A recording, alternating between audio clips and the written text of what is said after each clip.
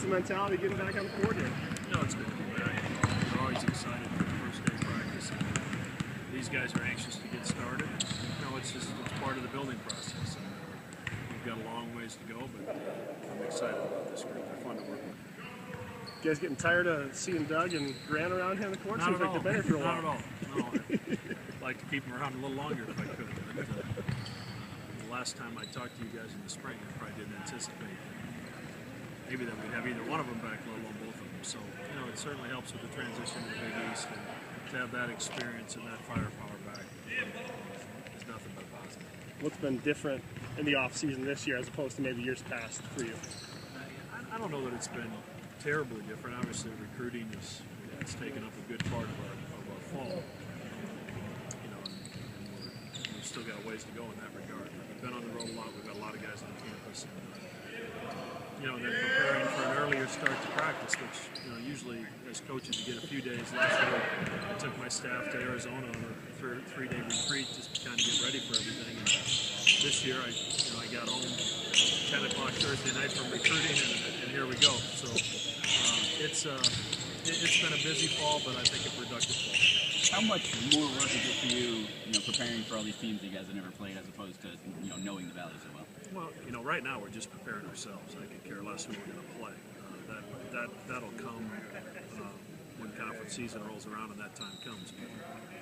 From now until early November, we're worried about trying to get us to be the best we can be and try to iron out some of the things that we need to improve upon, try to get some of the new guys that we're going to have to rely on ready to play, and make sure they have a good grasp of what we're doing and how we're doing it. And hopefully our veterans can help with that process. Who's stuck out to you from some of the new guys coming in so far? Zach Hansen's done some good things. I think of the three freshmen, he's probably the most ready. And part of it is he's just physically a little more advanced than Toby and Darian. And then Devin and James have both brought some good things to the table. It's just how can they do it on a consistent basis and be able to do it within the framework of how we play. So that's always the challenge when you're new, and it's always exciting to get those guys on the practice floor and be able to coach them every single day. How much more comfortable do you think Austin is? I just think his play last year speaks for itself. I thought he settled into that role, and there was a lot of pressure on him last year to be able to run our team in Antoine's absence when everybody else was back. And I thought he passed that with flying colors.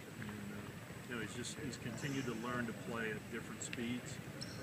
We all know how fast he is and how explosive he is, but he's not always been able to change speeds. And I think he's added that to his game. And obviously he shot the basketball well last year, and we expect him to do that again this season. Having a guy like Devin who's his point, pushing him in practice, how much of a benefit?